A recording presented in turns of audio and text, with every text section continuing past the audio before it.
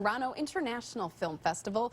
Here now with all the best movies so far and what to expect to see there is Tom Santilli, our friend and co-host, also executive producer of Movie Show Plus. Always good to talk movies with you, Tom. What's up, Jen? Great to be here. So a lot of TIFF-related stuff to chat about, but first, what can you tell us about a new film that actually just came out, Small Engine Repair? Yeah, so before we get into TIFF, this film is in theaters this weekend coming up, so you can watch Small Engine Repair. It stars John Polono, John Bernthal, and Shea Wiggum. Those are all kind of names that are names that you might be like, oh, that sounds kind of familiar. They're in stuff that you've probably seen and heard. It's like a buddy comedy that gets kind of violent. It's based on a stage play by John Polono, who also is, again, in this film and directed this film. But I got a chance to talk to all three of them earlier this week. And here's a clip from my conversation with John Bernthal about the movie and about some of the camaraderie amongst the actors. What were you trying to bring to the screen performance of your character versus on stage?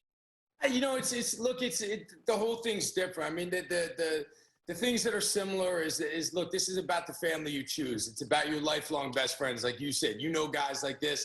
We all have people in our lives like this, and you're taking these unbelievably layered and rich lifelong friendships where we know each other's strengths, our weaknesses, our insecurities. We know all that stuff. The bond is so there, and then you put them in unbelievably dangerous and impossible situations. Look, things change. You know, I'm 10 years older, you know, than when I did it on stage. Now we got Shea. Shea playing Packy has a whole different deal. A whole different energy, and you gotta treat it as such. And I think we all were just so thrilled to kind of have this beautiful piece of material and have these other, you know, artists to make it with that we all believed in. And there's no telling which way this went. So back to TIFF here, Tom. I know it started last Thursday, and I know we're only a few days into the festival, but for those who are not aware, can you tell us a little bit about the Toronto International Film Festival as a whole? Yeah, so TIFF, as it's known, is one of the biggest, every year it's one of the biggest film festivals of the year. When people talk about award season, usually it goes from September, you know, through award season. The reason it starts in September is because TIFF, starts in September. All of the major films that are kind of coming out that are buzzworthy, all of these kinds of films are happening at TIFF. This year at TIFF, they gave critics like myself the option to either go attend TIFF in person in Toronto or watch it digitally. I chose to watch it digitally and stay here in Michigan. What later came out, a little bit of controversy, is some of the absolute bigger films at TIFF were not shown on the digital platform. They didn't tell me that. So films like Dune, Belfast, a couple of the other really big, like crowd-pleasing films, I'm not available to see at TIFF, but there's still like hundreds and hundreds of movies that I am available to see, and I'm trying to see them all with my eyes like this all week long. Belfast with Jamie Dornan and I think Katrina, I'm blanking on her last name, but she was in Outlander. I'm really looking forward to seeing that film. For you, Tom, what are some of the standout films that you have been able to see?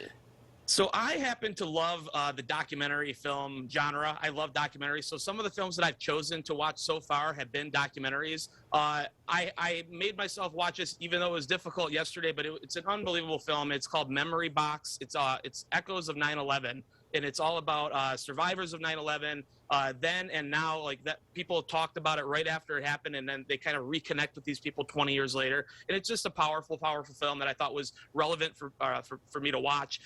Another documentary called Attica about the famous prison riot in the early 70s was a really good film. That's coming to Showtime later this year. I saw a movie called Kicking Blood. It's a little vampire movie.